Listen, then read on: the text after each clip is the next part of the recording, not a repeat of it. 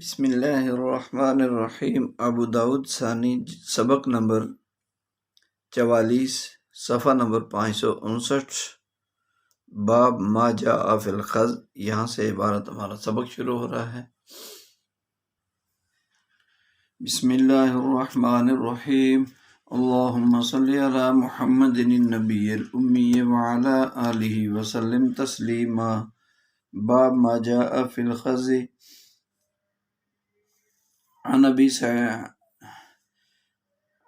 قال اخبرنی ابی عبداللہ بن سعد عن ابی سعد رضی اللہ تعالی عنہ قال رأیت رجلا ببخارا عن بغلة بیضاء علیہ عمامة خز سوداء فقال کسانیها رسول اللہ صلی اللہ علیہ وسلم۔ هذا لفظ عثمان والاخبار فی حدیثہ او کما قال رضی اللہ تعالی عنہ۔ حضرت سعد بن عثمان رضی اللہ تعالیٰ عنہ سے مروی ہے کہ میں نے ایک آدمی کو بخارا میں ایک سفید خچر پر سوار دیکھا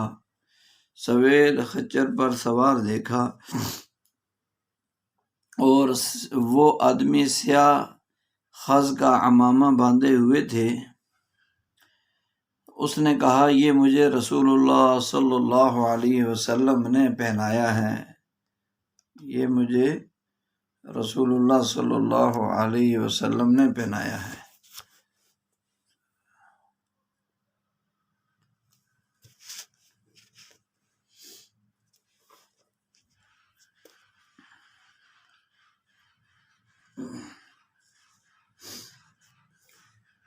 حدثني ابو عامر وابو مالک رحمهم اللہ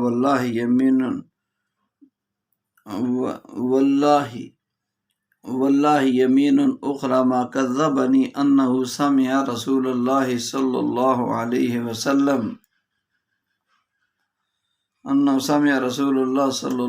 وسلم یقول لَيَكُونَنَّ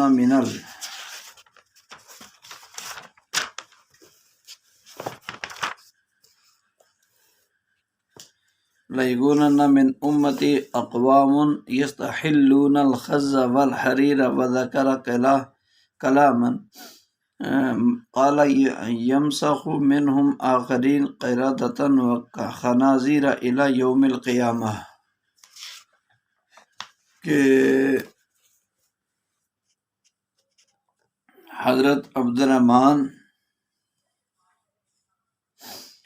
عبدالرحمن بن غنم اشعری کہتے ہیں مجھے بیان کیا ابو عامر یا ابو مالک نے، اور اللہ کی قسم انہوں نے جھوٹ نہیں کہا کہ انہوں نے رسول اللہ صلی اللہ علیہ وسلم کو فرماتے ہوئے سنا کہ میری امت میں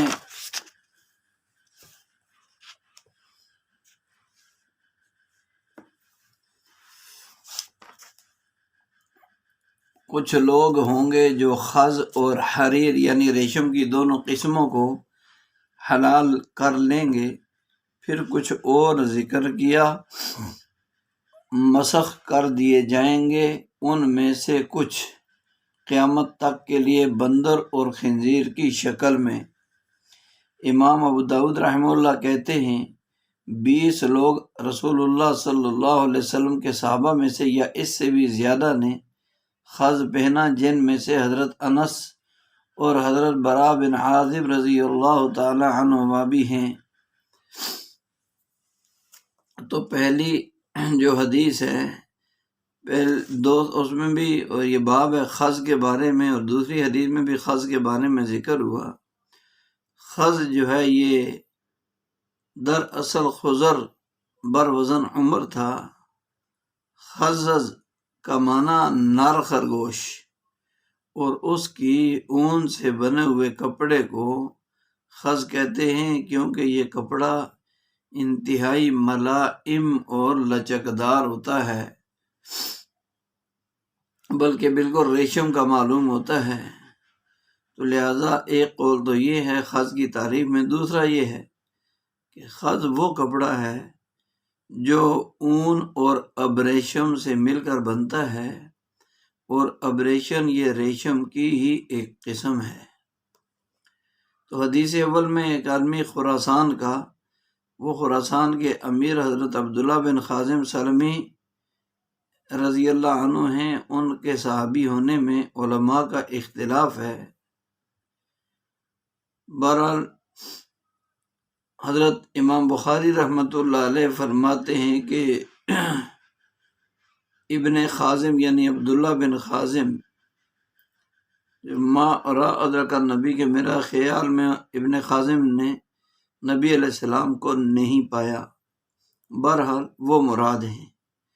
یہ دوسری حدیث میں ہے کہ یہ وعید ہے، اس میں ریشم کی حرمت کی، خز اور حریر دونوں کٹھے کیسے ذکر ہو گئے پھر؟ تو حدیث اول سے خز کا مباح ہونا، دوسری سے حرام ہونا ثابت ہو رہا ہے، جو یقیناً ایک تعارض کی شکل ہے۔ اس کا حل پہلی حدیث سے خز اور مخلوط ریشمی اونی لباس کا حلال ہونا ثابت ہے، دوسری حدیث سے خالص حریر اور ریشم کی حرمت کا ذکر ہے، اس لیے آپس میں کوئی تعارض نہیں ہے۔ اور دوسری حدیث میں خز کا جو لفظ ہے وہ توطیہ و تمہید کے لیے ہے۔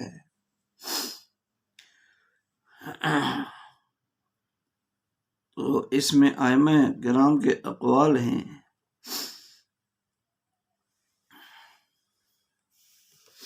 باب ما جاء فی لبس الحریر، ریشم پہننے کے بارے میں یہ باب ہے، ریشم پہننے کے احکام اس میں بیان ہو رہے ہیں۔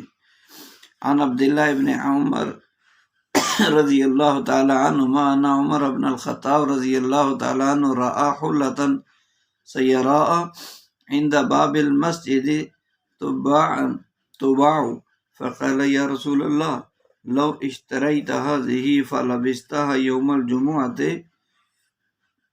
والوفود اذا قدموا عليك فقال رسول اللہ صلی اللہ علیہ وسلم انما يلبس هذه من لا خلاق له في الآخرة ثم جاء رسول الله صلى الله عليه وسلم منها حلل فآتى عمر بن الخطاب رضي الله تعالى عنه منها حلة فقال عمر رضي الله تعالى عنه يا رسول الله كسوتنيها وقد قلت في حلة عطارد ما قلت فقال رسول الله صلى الله عليه وسلم إني لم أكسكها لتلبسها فكساها عمر بن الخطاب رضی اللہ عنہ أخن له مشركا بمکہ تھا کہ حضرت عبداللہ بن عمر رضی اللہ تعالیٰ عنہ سے روایت ہے کہ عمر بن خطاب رضی اللہ تعالیٰ عنہ نے مسجد کے دروازے کے پاس ایک دھاری دار ریشمی جوڑا بکتا ہوا دیکھا، تو عرض کیا اللہ کے رسول اگر آپ اس کو خرید لیتے اور جمعہ کے دن آپ اس کو پہنتے اور وفود کے آنے پر جب وہ آپ کے پاس آئیں ملاقات کے وقت، وفود سے ملاقات کے وقت، تو رسول اللہ صلی اللہ علیہ وسلم نے فرمایا کہ اس کو تو وہ پہنے گا جس کا آخرت میں کوئی حصہ نہیں۔ پھر رسول اللہ صلی اللہ علیہ وسلم آئے، رسول اللہ صلی اللہ علیہ وسلم کے پاس آئے انہی میں سے کچھ جوڑے، پھر رسول اللہ صلی اللہ علیہ وسلم کے پاس انہی ریشمی جوڑوں میں سے کچھ جوڑے آئے، نبی علیہ السلام نے ان میں سے ایک جوڑا حضرت عمر بن خطاب رضی اللہ تعالیٰ عنہ کو دیا، تو حضرت عمر رضی اللہ تعالیٰ نے عرض کیا اللہ کے رسول یہ آپ مجھے پہنا رہے ہیں، حالانکہ آپ عطارد کے جوڑوں کے بارے میں تو ایسا فرما چکے ہیں۔ تو رسول اللہ صلی اللہ علیہ وسلم نے فرمایا میں نے تمہیں اس لیے نہیں دیا، لم اکسو کہا لتلبسہا کہ تم اسے پہنو۔ تو عمر بن خطاب رضی اللہ تعالیٰ عنہ نے وہ اپنے ایک مشرک بھائی عثمان بن حکیم کو دے دیا جو مکہ میں تھے۔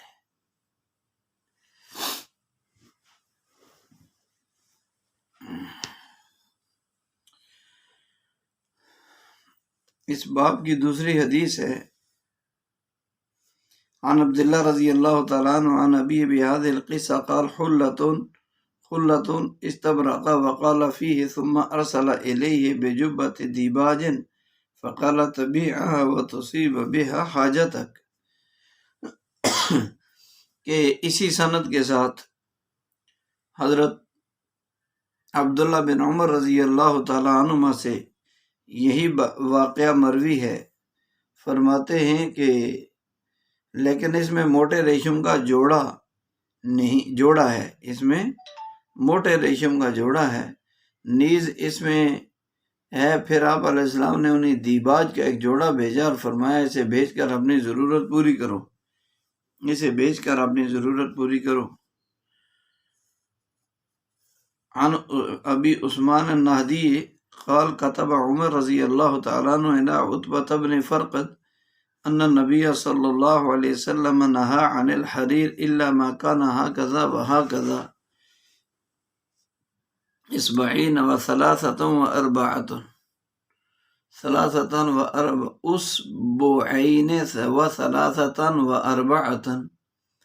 ابو عثمان نہدی کہتے ہیں کہ حضرت عمر رضی اللہ تعالیٰ عنہ نے عتبہ بن فرقد کو لکھا کہ نبی اکرم صلی اللہ علیہ وسلم نے ریشم پہننے سے، ریشم سے منع فرمایا، الا ما کان ہکذا وہکذا، مگر جو اتنا اور اتنا ہو، یعنی 2، 3 اور 4 انگلی کی مقدار، 2، 3 اور 4 انگلی کی مقدار ہو تو اس کی گنجائش ہے، جیسے کنارے پر کوئی گوٹا وغیرہ لگانا۔ اگلی حدیث ہے عن علی رضی اللہ تعالیٰ عنہ قال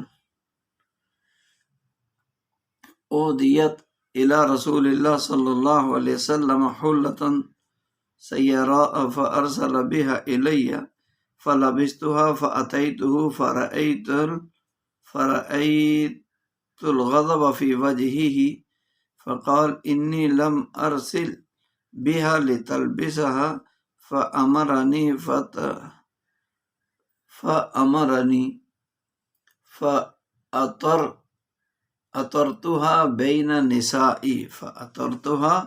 بین نسائی۔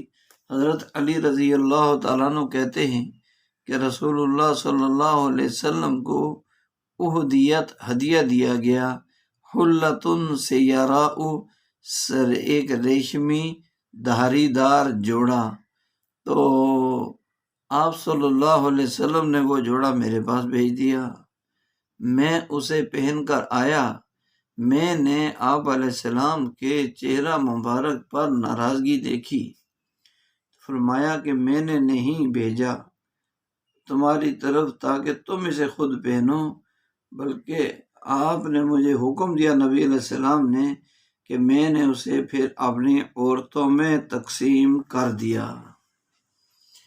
تو اس باب میں ریشمی لباس کے بارے میں چند مسائل، کہ ایک تو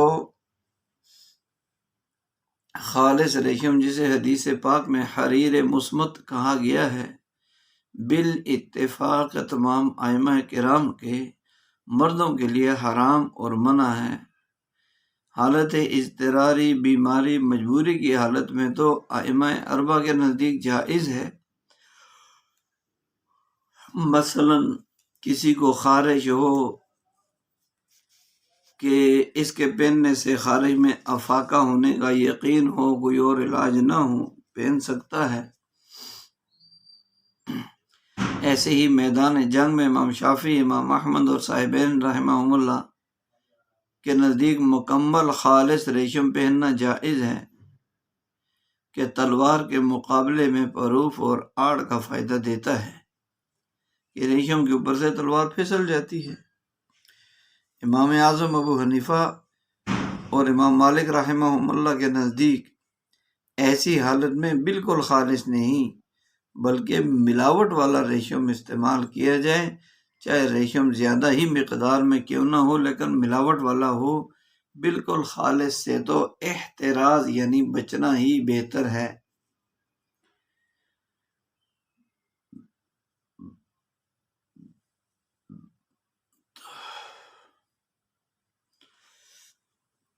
ایسا کپڑا جس کا تانا اور طول یعنی لمبائی ریشم کا ہو اور بانا یعنی اور چوڑائی سوتی ہو تو اس کا استعمال بھی جائز نہیں، کیونکہ للاکثر حکم الکل کا ضابطہ ہے کہ اکثر کے لیے کل کا حکم لگایا جاتا ہے۔ ایک چیز اکثر مقدار میں استعمال کر لی، تھوڑی نہ بھیگی تو اکثر کا حکم کل کا ویسا بھی استعمال کر لی، تو یہ بھی ریشم کے ہی زمرے میں آتا ہے۔ اور چوتھی یہ ہے کہ اگر تانا اور طول لمبائی اس کی سوتی ہو، بانا اور چوڑائی عرض ریشمی ہو تو یہ پہننا جائز ہے۔ ایسے ہی ریشمی بچھونا، تکیہ، نمدہ، بستر وغیرہ امام اعظم ابو حنیفہ رحمہ اللہ اور ابن ماجشون مالکی اور بعض شوافی کے نزدیک جائز ہے، جبکہ اکثر مالکیہ، شوافی، صاحبین کے نزدیک مردوں کے لیے ریشمی بچھونا استعمال کرنا جائز نہیں ہے، اور یہی فیصلہ ہے۔ تو بہرحال خلاصہ یہ ہوا کہ ریشم کا پہننا مردوں کے لیے تو بالاجماع جائز نہیں ہے، بالاتفاق، اور پہننے کے سوا دیگر استعمال میں امام صاحب کے نزدیک کوئی حرج نہیں۔ بستر تکیہ پردہ استعمال ہو سکتا ہے، بیٹھیں سوئیں، صاحبین اس کو بھی مکروہ تحریمی ہی کہتے ہیں۔ اسی کے مطابق دعوت قبول کرنے کے ممانعات بھی کتاب الاطعمہ ولیمہ کی بحث میں ذکر گزر چکا ہے، ذہن میں ہوگا۔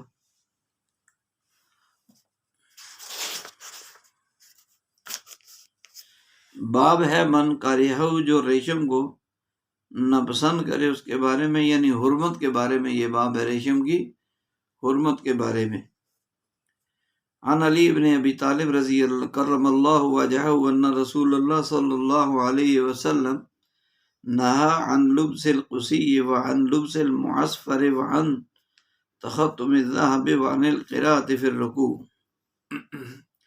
حضرت علی بن ابی طالب رضی اللہ تعالیٰ عنہ کہتے ہیں کہ رسول اللہ صلی اللہ علیہ وسلم نے منع فرمایا، قصی یہ بھی ایک قسم کا قصی یا قصی یہ ایک قسم کا ریشمی کپڑا ہے، اور معصفر قسم میں رنگا ہوا کپڑا، اس کے پہننے سے اور سونے کی انگوٹھی کے پہننے سے اور رکوع میں قرآن پڑھنے سے۔ رکوع کے اندر جب انسان ہو تو وہاں تسبیحات پڑھی جاتی ہیں، تو رکوع میں قرآن پڑھے تو اس سے منع فرما دیا آپ صلی اللہ علیہ وسلم نے۔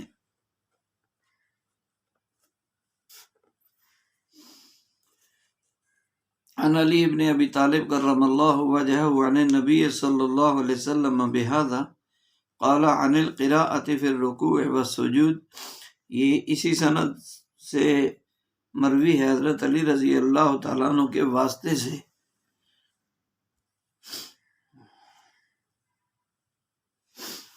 حضرت علی رضی اللہ تعالیٰ عنہ کے واسطے سے کہ نبی علیہ السلام سے یہی حدیث مروی ہے۔ اس حدیث میں بھی رکوع اور سجدہ دونوں میں قرات کی ممانعات کی بات فرمائی ہے۔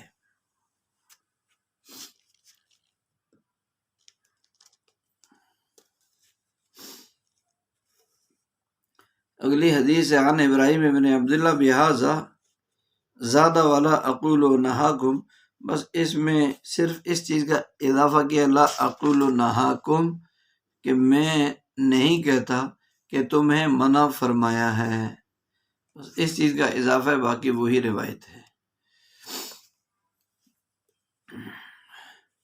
عن انس بن مالک رضی اللہ تعالی عنہما ان ملک الروم اہدى الی النبی صلی اللہ علیہ وسلم مستقۃ من سندس فلبسها فکأنی انظر الی یدیہ تذبذبان ثم بعث الی جعفر رضی اللہ تعالی عنہ فلبسها ثم جاءه فقال النبی صلی اللہ علیہ وسلم انی لم اعطکها لتلبسها قال فما اصنع بها قال ارسل بها الى اخیک النجاشی او کما قال صلی اللہ علیہ وسلم۔ حضرت انس بن مالک رضی اللہ تعالیٰ عنہ سے کہتے ہیں کہ روم کے بادشاہ نے نبی صلی اللہ علیہ وسلم کی طرف سندس، ایک باریک ریشمی کپڑا ہے تو سندس کا ایک چوغا ہدیہ بھیجا، مستقطن، تو گویا کہ میں آپ صلی اللہ علیہ وسلم نے اسے پہنا، گویا کہ میں آپ کے ہاتھوں کو اس وقت دیکھ رہا تھا۔ آپ علیہ السلام نے اس کو پہنا تو گویا میں آپ کے ہاتھوں کو دیکھ رہا تھا۔ تذبذبان، آپ اسے مل رہے ہیں۔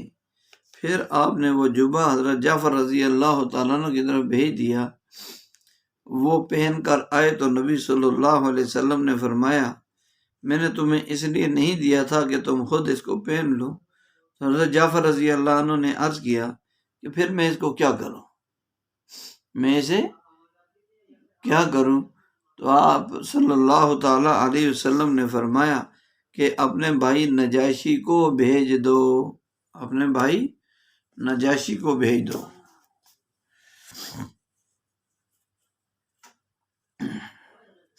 عن الحسن ابن عمران ابن حسین رضی اللہ تعالی عنہما ان نبی اللہ صلی اللہ علیہ وسلم قال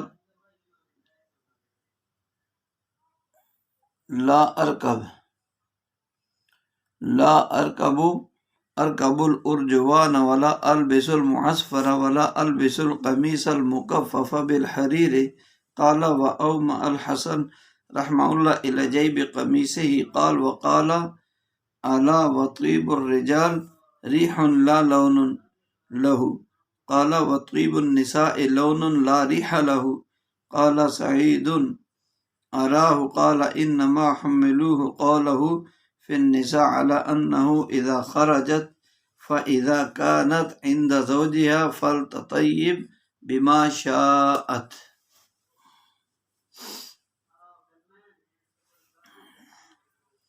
کہ حضرت عمران بن حسین رضی اللہ تعالیٰ عنہما کہتے ہیں کہ رسول اللہ صلی اللہ علیہ وسلم نے فرمایا میں سوار نہیں ہوتا سرخ گدھوں پر، اور میں معصفر یعنی نہ قسم کے رنگے ہوئے کپڑے پہنتا ہوں، اور نہ ہی ایسی قمیص پہنتا ہوں جس پر ریشمی بیل بوٹے ہوں۔ راوی کہتے ہیں کہ حسن بصری رحمۃ اللہ علیہ نے اشارہ کیا اپنی قمیض کے گریبان کی طرف، اور آپ نے فرمایا خبردار، مردوں کی خوشبو وہ ہے جس میں جو ہے وہ خوشبو تو ہو مگر اس کا رنگ نہ ہو، جس میں بو ہو رنگ نہ ہو، اور عورتوں کی خوشبو وہ ہے جس میں رنگ ہو بو نہ ہو۔ تو ابو سعید کہتے ہیں کہ میرا خیال ہے کہ قتادہ نے کہا کہ علماء نے عورتوں کے سلسلے میں آپ کے اس قول کو اس صورت پر محمول کیا ہے جب وہ باہر نکلیں، لیکن جب وہ اپنے خامن کے پاس ہوں عورتیں تو وہ جیسی بھی خوشبو چاہیں لگا سکتی ہیں یا لگا لیں۔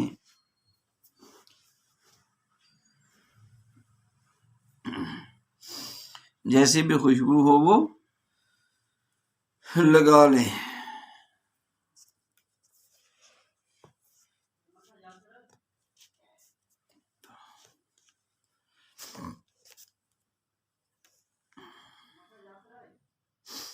عن ابی الحسین رضی اللہ تعالیٰ عنہ یعنی شیثم بن شفیع قال خرجت انا وصاحب لی یقنا ابا عامر رجل من المعافر لنصلی بإلیاء وكان قاصهم رجل من الأرذل يقال له أبو ریحانہ من الصحابة رضوان اللہ علیہم اجمعین قال ابو الحسین فسبقني صاحبي إلى المسجد ثم جئت فجلست إلى جنبه فسألني هل أدركت قصص أبي ریحانہ قلت لا قال سمعته يقول نهى رسول الله صلى الله عليه وسلم عن 10 عن الوشر والوشم والنطف وعن مقامعة الرجل الرجل بغیر شعار وعن مقامعة المرأة المرأة بغیر شعار وأن يجعل الرجل في أسفل ثيابه حريرا مثل الأعاجم أو يجعل على منكبيه حريرا مثل الأعاجم وعن النهب وركوب النمور ولبوس الخاتم إلا لذي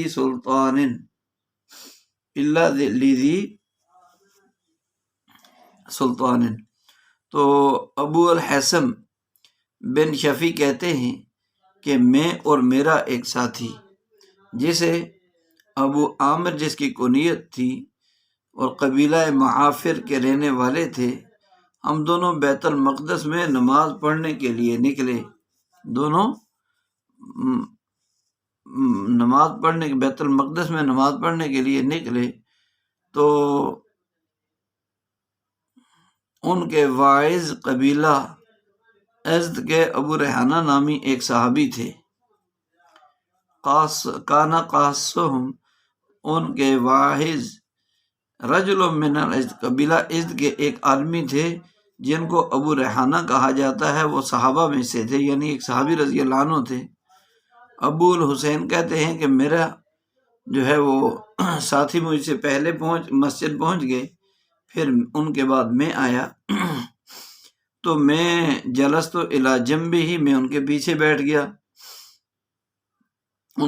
میں ان کے پیچھے آیا اور آ کر ان کے پہلو میں بیٹھ گیا. فسألنی، تو پھر انہوں نے مجھ سے پوچھا کہ تم نے ابو ریحانہ رضی اللہ تعالی عنہ کا کوئی واعظ پایا، یعنی سنا، کوئی واعظ کا حصہ مل گیا؟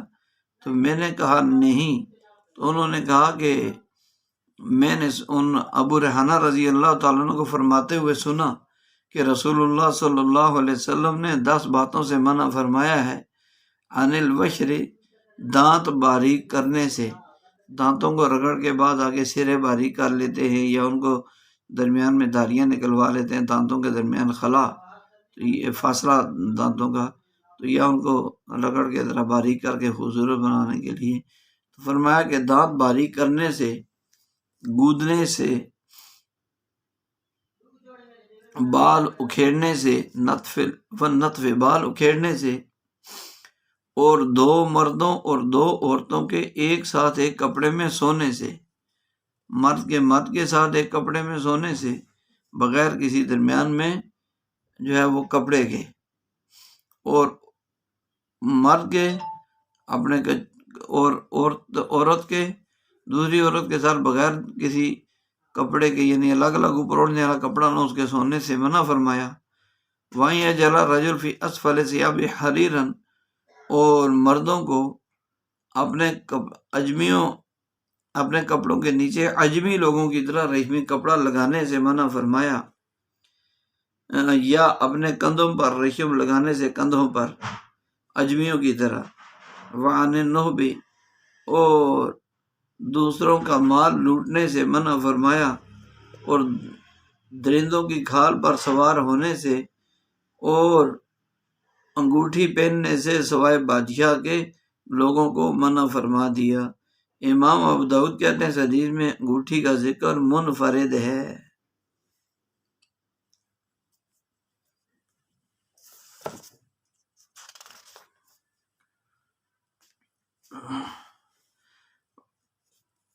عن عبیدہ عن علی رضی اللہ عنہ انہ قال نہا عن میاثر الارجوان، کہ نبی حضرت علی رضی اللہ عنہ کہتے ہیں کہ نبی صلی اللہ علیہ وسلم نے سرخ گدوں یعنی زین پوشوں سے منع کیا.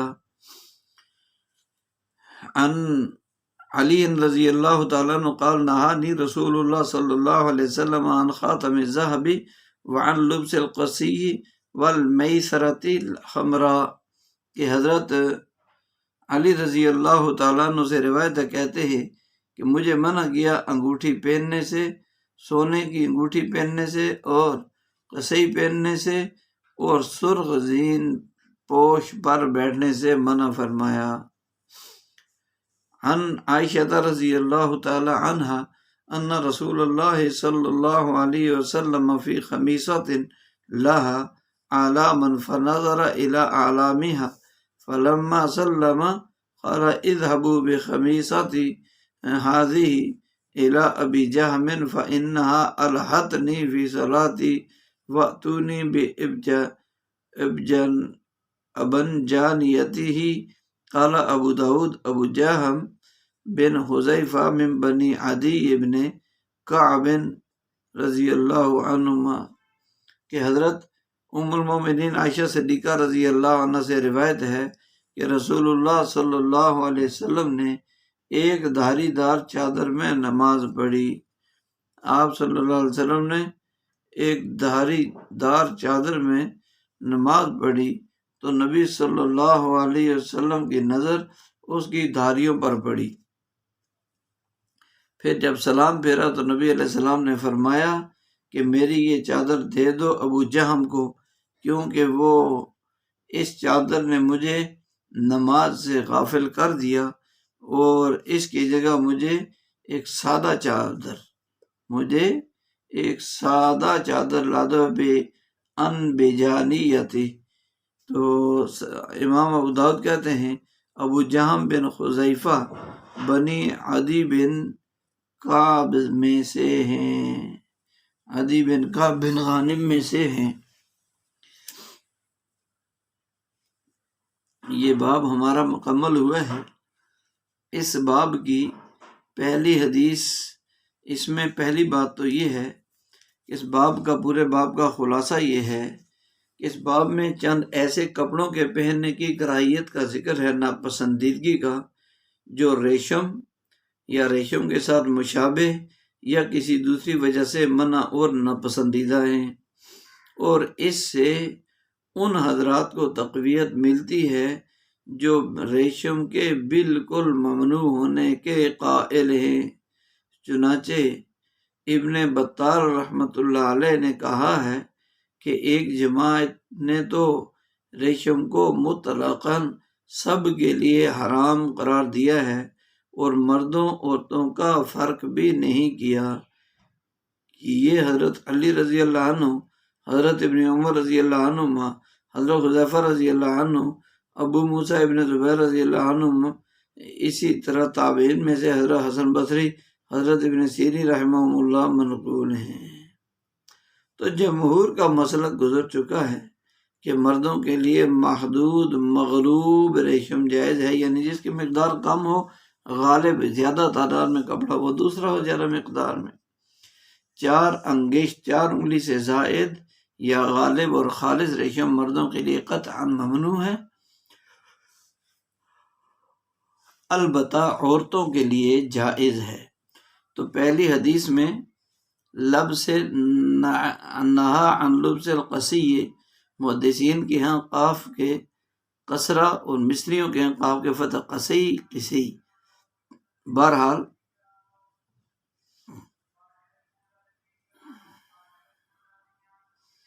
تو یہ مصر اور شام سے ایک کپڑا آتا تھا جس میں پسلیوں کی طرح ریشم کے داغوں کی دھاریاں جو ہے وہ بنی ہوتی تھی۔ تو اس کے منع ہونے کی وجہ یہی ہے کہ دھاریاں کثیر اور غالب ہوتی ہوں گی۔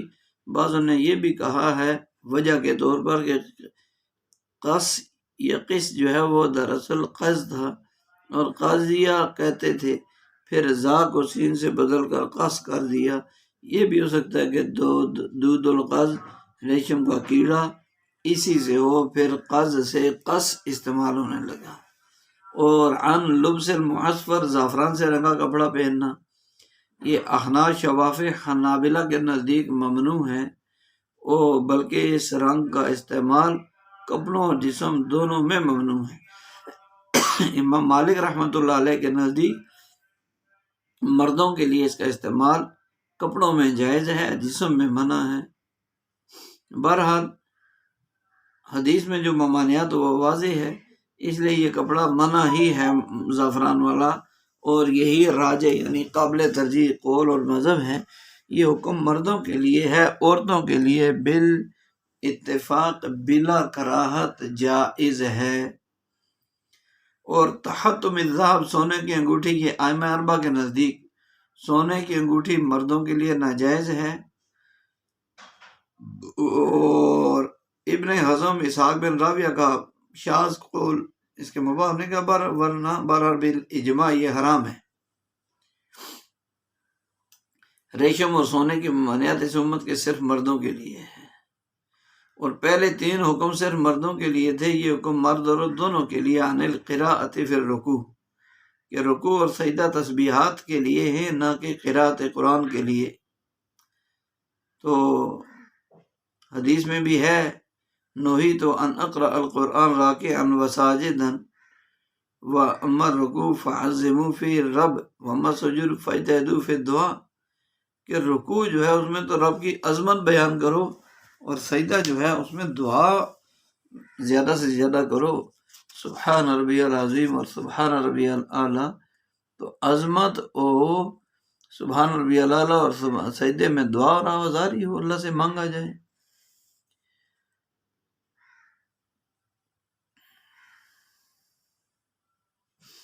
تو احناف کے نزدیک رکوع سجدے میں قرآن کی تلاوت کرنا، اس سے نماز مکروہ ہو جاتی ہے، باطل نہیں ہوتی۔ امام شافعی رحمہ اللہ کے نزدیک اگر رکوع سجدے میں تلاوت کر لی، چاہے جان بوجھ کر ہو یا بھولے سے، اس کی وجہ سے سجدہ سہو لازم ہوگا۔ اور حدیث رابع چوتھی حدیث جو تھی مستقتن، تو اس میں وہ پوستین جس کی آستین لمبی ہو، مستقہ یہ فارسی زبان کا لفظ ہے، معرب ہے، معرب مسقتن سے اس کی جمع مسائق آتی ہے، اور مستقہ سے مراد یہ لفظ پوستین کے لیے۔ ریشم کی قسموں میں سے حریر، استبرق، سندس، دیباج کے الفاظ بولے جاتے ہیں۔ حریر سب سے زیادہ ریشم کے لیے استعمال ہوتا ہے، اور یہ ساری ہی قسموں کو شامل ہے۔ استبرق باریک ریشم اور سندس موٹے ریشم کے لیے بولا جاتا ہے۔ تو سوال یہ ہے کہ اس حدیث نمبر 4 میں تو یہ ہے کہ آپ علیہ السلام نے پہنا، تو جبکہ ساتھ ہی ممانعت اور حرمت بھی مذکور ہے، تو جواب اس کا یہ کہ یہ پہننا اس کی حرمت سے پہلے تھا، یا دوسرا جواب یہ بھی ہے کہ یہ خالص یا اکثر ریشم نہیں تھا، بلکہ صرف آستینوں کے کناروں پر ریشم تھا، اس کا پہننا جائز ہے۔ لیکن احتیاط کی وجہ سے آپ علیہ السلام نے اسے بھی چھوڑ دیا، ترک فرما دیا، یعنی چھوڑ دیا۔ اس کا حکم حضرت جعفر رضی اللہ عنہ کو دیا کہ وہ بھی چھوڑ دیں۔ تو تصب زبان کا مطلب ہے ہل رہی تھی، حرکت کر رہی تھی۔ تو یہاں جو بھائی نجاشی کہا، تو یہ حقیقی بھائی نہیں تھے، بلکہ ایمانی نسبت سے کہا ایمانی بھائی نجاشی کو دے دو، کیونکہ اسحمہ بادشاہ حبشہ نجاشی نے ہجرت کے دوران ان پر عنایت کی تھی، تو حل جزاء الاحسان الا الاحسان کی تعلیم فرمائی۔ اور یہ بھی ہے کہ یہ نجاشی مسلمان ہو چکا تھا، اس لیے یہ دلیل ہے کہ خالص یا اکثر ریشم نہیں تھا، کیونکہ ریشم کی حرمت کا حکم تو سب مسلمانوں کے لیے مساوی ہے، اس میں کوئی استثناء نہیں ہے۔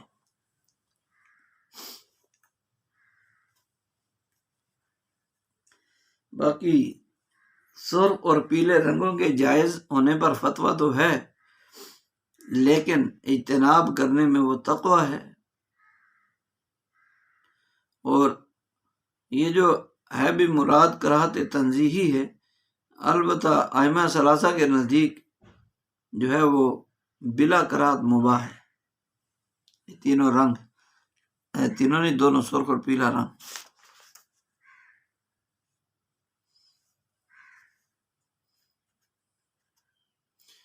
اگلی حدیث میں جو حدیث سادس چھٹی حدیث میں نبی علیہ السلام نے 10 چیزوں سے منع فرمایا۔ نمبر 1، دانتوں کو باریک کروانا، جس سے ہلکا سا خلا معلوم ہوتا ہے ہر دو دانتوں کے درمیان میں، اور باوجود بڑھاپے کے دوشیزہ لگیں دانت، تو واشر باریک کرنے والا مشورہ جس کے دانت رگڑے جائیں اور باریک کیے جائیں، اس سے منع فرما دیا۔ اور دوسرا وشم گدوانا، جسم کے کسی حصے پر سوئی یا کوئی بلیڈ وغیرہ کسی آلے سے نشان اور ہلکے سے سوراخوں میں نیل وغیرہ بھر کر نام لکھوانا، یا بیل بوٹے بنوانا، یا سٹار بنوانا، کچھ بھی ہوتا ہے، دل بنوایا ہوتا ہے بعضوں نے، تو یہ منع فرما دیا۔ اس کا حل یہی ہے کہ اگر یہ اندر جو بھری جانے والی چیز ناپاک ہے تو آپریشن کر کے اس کو نکلوایا جائے گا، ورنہ وضو غسل نہیں ہوگا۔ سفید بال نوچنے سے منع فرمایا۔ ان 10 چیزوں میں چاہے سر میں ہوں یا داڑھی میں ہوں، بعض لوگ کھینچ کر سفید بالوں کو نکالنے میں مصروف رہتے ہیں، تو اس سے منع فرمایا گیا ہے۔ ایسا کرنا شریعت نے اس کی اجازت نہیں دی۔ اور مقامہ لباس بھرنا جو ہے، مقامہ بلا لباس، یہ یعنی ننگے دو مرد ایک چادر میں لیٹ جائیں، لباس پہنا ہو تو پھر لیٹنا جائز ہے، بشرطے کہ شر کا خوف نہ ہو۔ اصل یہی ہے کہ دو نہ لیٹیں، اگر لیٹنا بھی ہو درمیان میں کوئی موٹا تکیہ وغیرہ۔ یہی حکم 2 عورتوں کے لیے بھی ہے۔ اور کپڑے کے اندر بنیان یا دیگر کوئی چیزوں میں ریشمی کپڑا پہننا جو جوالا کا طریقہ ہے، یہ ممانعت صرف ریشم کی وجہ سے، اور پہننے کے بجائے ریشمی کپڑا یا ریشمی رومال کندھے پر رکھنا، اس سے بھی منع ہے۔ اور بلا اجازت دوسرے کی چیز اٹھانا، چھیننا یا استعمال کرنا، یہ سب ناجائز ہیں، ممنوع ہے۔ چیتے کی کھال سے بنی ہوئی زین پر سوار ہونا منع ہے۔ ایسے ہی آخر میں انگوٹھی پہننا، یہ کراہت تنزیہی کے ساتھ ہے، یا بلا ضرور پہننا خلاف زود اور سادگی پر معمول کیا جاوے گا۔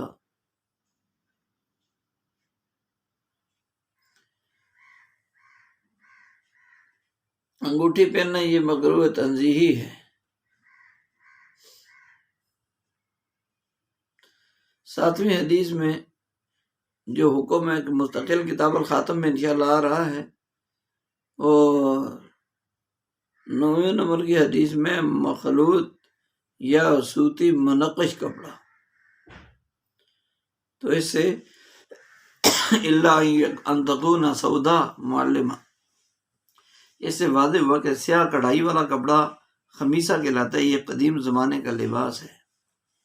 کڑھائی والے سوٹ کا حکم، منقش اور کام کیا ہوا سوٹ پہننا درست ہے۔ آپ صلی اللہ علیہ وسلم نے تو بے رغبتی کی وجہ سے واپس کیا، حرمت کی وجہ سے واپسی نہیں کی۔ انبجانیہ یہ موٹا سادہ کپڑا ہوتا تھا جس میں نقش و نگار نہیں ہوتے تھے، تو ابو جہم نے کیونکہ ہدیہ بھیجا تھا، اس لیے آپ علیہ السلام نے فرمایا کہ یہ منقش دے کر سادہ لے آؤ تاکہ اس کا دل نہ ٹوٹے اور یہ خیال نہ کرے کہ میرا ہدیہ رد فرما دیا۔ اس وجہ سے یہ واپس بھیج کر سادہ منگوا لیا۔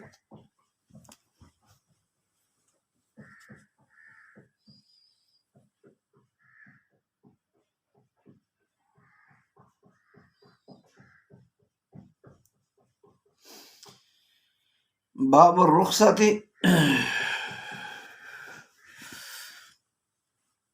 فی العلم وخیط الحریر۔ حدثنا عبداللہ ابو عمر مولا اسماء بنت ابی بکر رضی اللہ تعالی عنہما قال رأيت ابن عمر رضی اللہ عنہما فی السوق اشترى ثوبا شامیا فرأى فيه خيطا احمر فرده فأتيت اسماء رضی اللہ تعالی عنہ فذكرت ذلك لها فقالت یا جاریة ناولینی جبۃ رسول اللہ صلی اللہ علیہ وسلم فأخرج جبۃ طیالسۃ مکفوفۃ الجیب والکمین والفرجین بالدیباج۔ کہ یہاں یہ جو باب ہے یہ ہے کپڑے پر ریشمی بیل، بوٹوں اور ریشمی دھاگوں کے استعمال کے حکم کے بارے میں۔ حضرت عبداللہ ابو عمر اسماء بنت ابو بکر رضی اللہ عنہ کے غلام کا بیان ہے کہ میں نے حضرت عبداللہ بن عمر رضی اللہ تعالی عنہما کو بازار میں دیکھا، ایک شامی کپڑا انہوں نے ایک شامی کپڑا خریدا، پھر انہوں نے دیکھا اس کپڑے میں سرخ دھاگا، انہوں نے کپڑے میں ایک سرخ دھاگا دیکھا تو اسے واپس کر دیا۔ میں حضرت اسماء رضی اللہ تعالیٰ عنہ کے پاس آئے اور ان سے اس بات کا تذکرہ کیا تو وہ فرمانے لگی کہ او لڑکی مجھے جبہ لا دو، رسول پاک صلی اللہ علیہ وسلم کا جبہ۔ وہ لڑکی لے کر جبہ نکال کر لائی تو وہ ایک طیالسی جبہ تھا، مکفوفۃ الجیب، لگا اس کے گریبان دونوں آستینوں اور آگے اور پیچھے جو ہے اس پر ریشم لگا ہوا تھا۔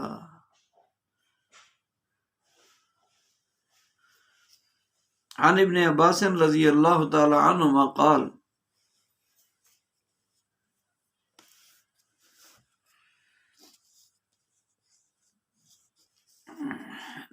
انما نهى رسول الله صلی اللہ علیہ وسلم عن الثوب المسمط من الحرير فاما العلم من الحرير وسدي الثوب فلا بأس به، کہ حضرت عبداللہ بن عباس رضی اللہ تعالیٰ عنہما کہتے ہیں کہ رسول اللہ صلی اللہ علیہ وسلم نے ایسے کپڑے سے جو خالص ریشمی ہو منع فرمایا، اور بیل ریشمی اور ریشمی کپڑے کا تانا تو اس میں کوئی مذائقہ نہیں، اس میں کوئی مذائقہ نہیں ہے۔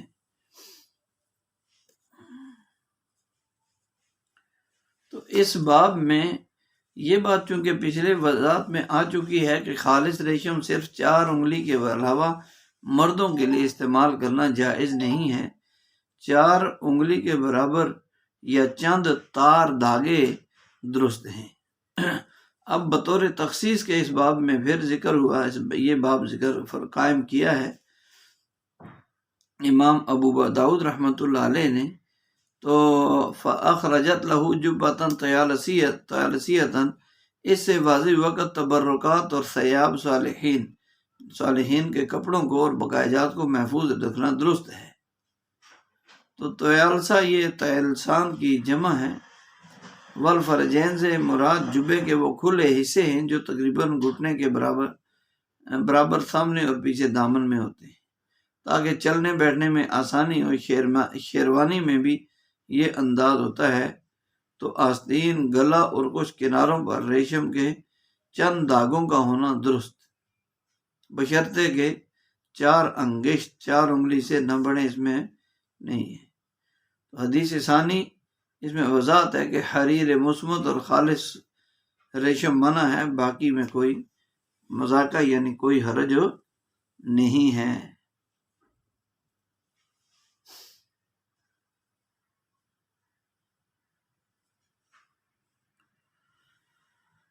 یہ ہمارا سبق نمبر